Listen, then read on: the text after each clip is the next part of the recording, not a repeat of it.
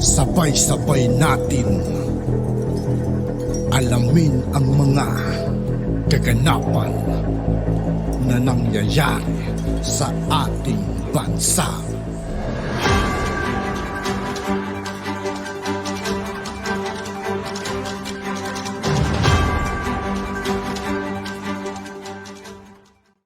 Yo, what's up mga kaibigan? This is I2K po again. Ngayon nandito ulit tayo sa channel ni Pinas News Insider. Dito ulit tayo magbibigay ng komento at reaksyon.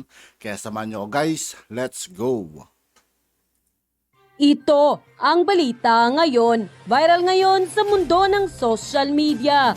Ang tiyo manoy balitang Attorney Larry Gadon tila nagpainit sa ulo ng mga anti-Marcos at Dilawan. Ayon nga sa usap-usapan, Dilawang Marojas gusto na di umanong makapasok sa Malacanang. Ngunit pagkatalaga ni Attorney Larry Gadon, isa di umanong malaking kalbaryo ng mga Dilawan at lalong-lalo na kay Marojas dahil Attorney Larry Gadon.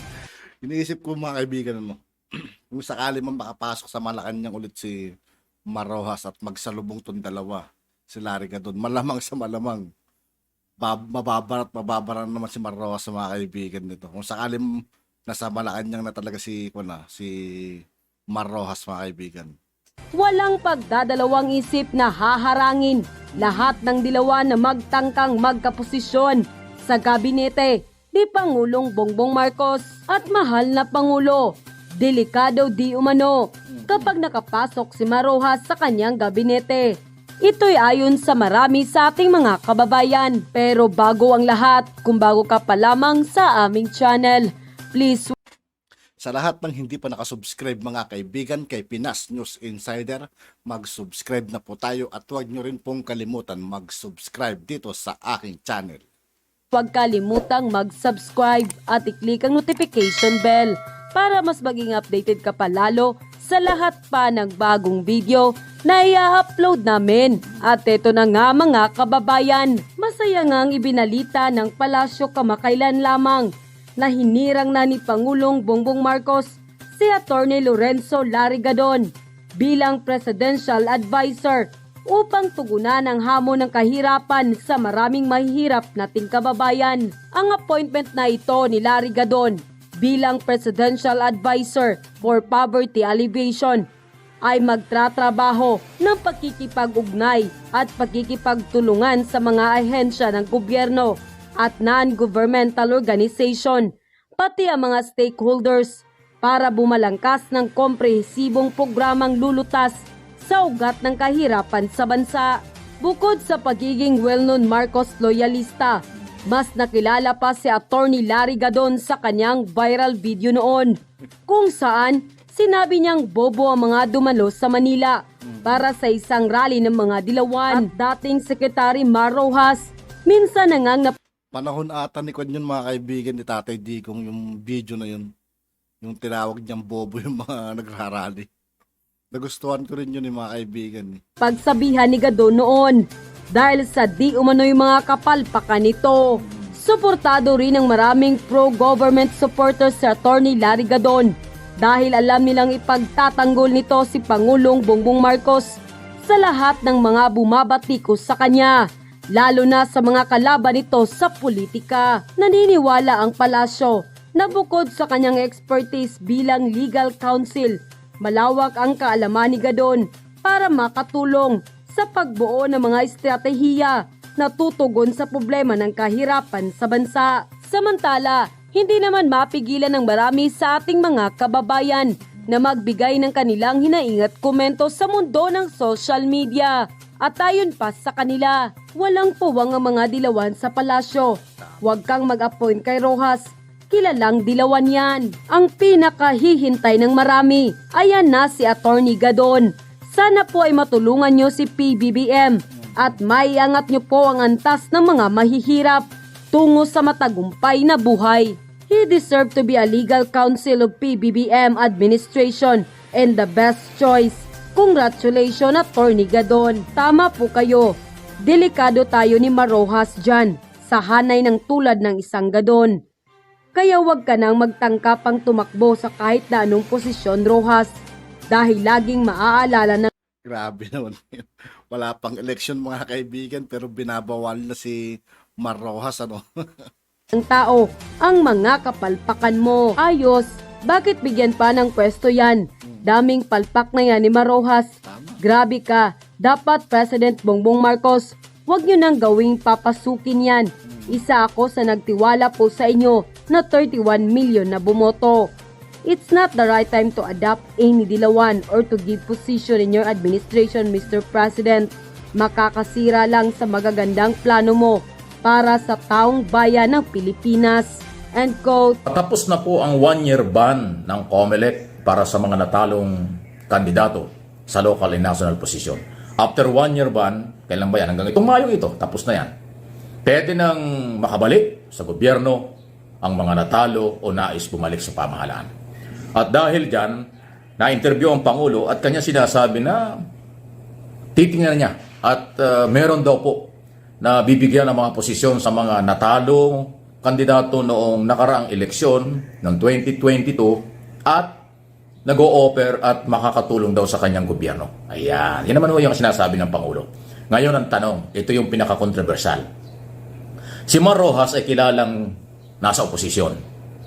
Si Mar Rojas Araneta o Mar Araneta Rojas ay identify na talaga hong nasa kabilang grupo.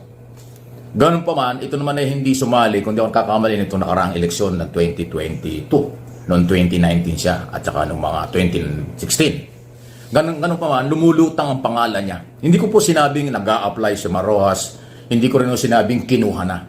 Pero may nakakakita na asama siya sa mga meeting-meeting ng mga kaalyado ni Pangulong Marcos. So, yung bang pangitain yun ang magiging dahilan para sabihin na pwedeng si Mar Rojas ay bumalik at makabalik sa posisyon, sa kung anumang posisyon. Ganito po yan, no? Ang pag-a-appoint sa Office of the President, halimbawa cabinet position, or head ng mga korporasyon ng pamahalaan, President, Chairman, Commissioner, or kung ano man, CEO, Board of Director, lahat yan exclusive sa Office of the President. Walang pwedeng tumutol dyan dahil yan yung karapatan, obligasyon ng Pangulo, magtalaga siya ng kanyang pinagkakatiwalaan sa mga posisyon under ng Executive Department. Okay? Kasi yung elected, may mandate yan mula sa tao, political exercise. Pero yung appointed o inappoint ng Pangulo, ang basihan dyan, pinagkakatiwalaan. Kung si Mar Rojas ay makakabalik at bibigyan ng posisyon, controversial yan pero wala tayong magagawa. Ngayon pa lang, sinasabi ko na, wala tayong magagawa kung yan ang priority ng Pangulo. Kung yan ay gusto ng Pangulo, yun po. Pero hindi naman siguro mangyayari yan mga kaibigan. Kasi minsan naliling si First Lady. Kahit na ba sabihin natin magpinsan sila. Alam naman, sisirain niya yung pangalan ng asawa niya, di ba?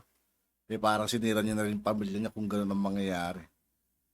Napapansin ko lang mga kaibigan, napilit nilang nililink ang ating First Lady. Pero hindi natin alam. Hindi na natin alam mga kaibigan kung ano yung pwedeng mangyayari. Basta kung ano man yung mangyayari, kung makakapasok man si Mar Rojas sa Malacanang, malalaman natin yan kung sakaling magkatotoo. At nandiyan naman si Larry Gadon mga kaibigan. Kaya maging kampante na lang muna tayo. Po yun. Kasi alam ko maraming tututol, maraming babatikos, lalo na po yung mga dating kaalyado na ngayon nahiwalay na, puro batikos na, lalong babatikos yan. Pag merong Liberal Party o Piklawan na nakapasok sa Marcos administration. Kaya ako naman, ang sinasabi ko rito, wala naman tayong kinakampihan, ang sinasabi ko, yung kapangyarihan ng Pangulo ay exclusive sa kanya yan. Kung sino ang kanyang pinagkakatiwalaan, hindi natin pwedeng pigilan yun. Hindi naman ground na ikaw ay oposisyon o ikaw ay hindi nakatulong sa eleksyon, ikaw i-reject ng commission appointment. Kung sakali nadadaan sa commission appointment. Dahil doon ang pinag-usapan, meron ka bang qualification? Pag meron, pasok ka. Pag ikaw ay qualified, tapos may mga kaso ka, may mga problema ka, hindi pwede. Kung ikaw naman ay Pilipino, tapos may qualification, hindi pinag-usapan niyang kapartido o hindi. Dahil yan ay choice ng Pangulo. Huwag natin kalimutan, ang dumadaan sa commission appointment ay nomination ng Office of the President, subject for approval yan. So, abangan natin. Makakabalik nga ba ang oposisyon tulad ni Mar Rojas sa gobyerno? Abangan. Okay.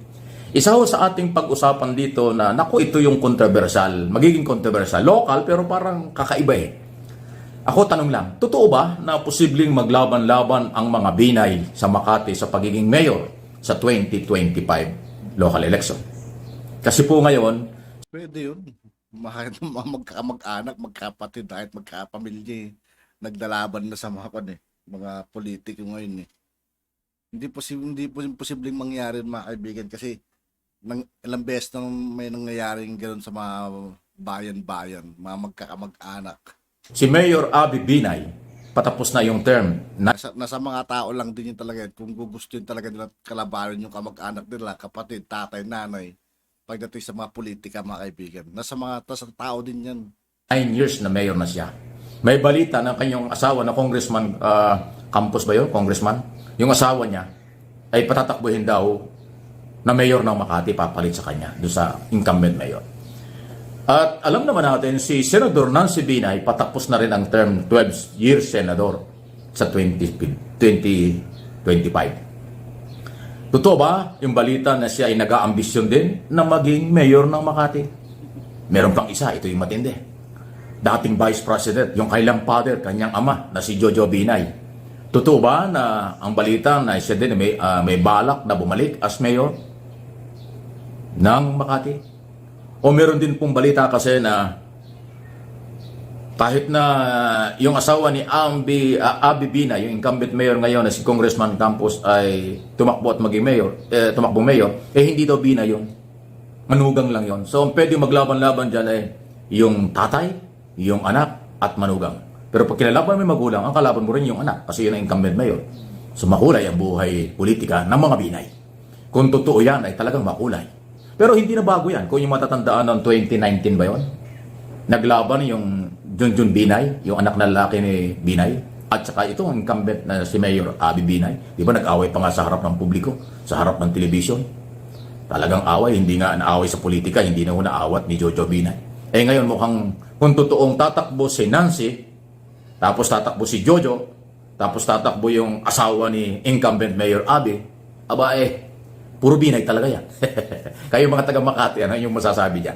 Hindi ko sigurado sa inyo, tatakbo. May balita lang na may mga plano. Kaya nga tinatanong natin, mga Binay, totoo ba ito? Kung totoo ito, hindi naman masamang aminin nyo. Kung ito naman ay totoo, maghanda na kayo mga taga Makati. Sino bang Binay ang gusto nyo? Bata? Nakakabata? O kung sino man. Di ba? Kayo na po ang bahala. Di ba? Pero napapag-usapan lang natin, lalo tigit dito sa Mike Abby Opinions, ay nakapalab dito ang analysis, opinion, interpretation sa nangyayari. Pero alam po ninyo, huwag niyong kalimutan, wala pong batas na nagsasabing bawal ang mag-aama, magkakapatid, o magbianan, maglaban. Wala.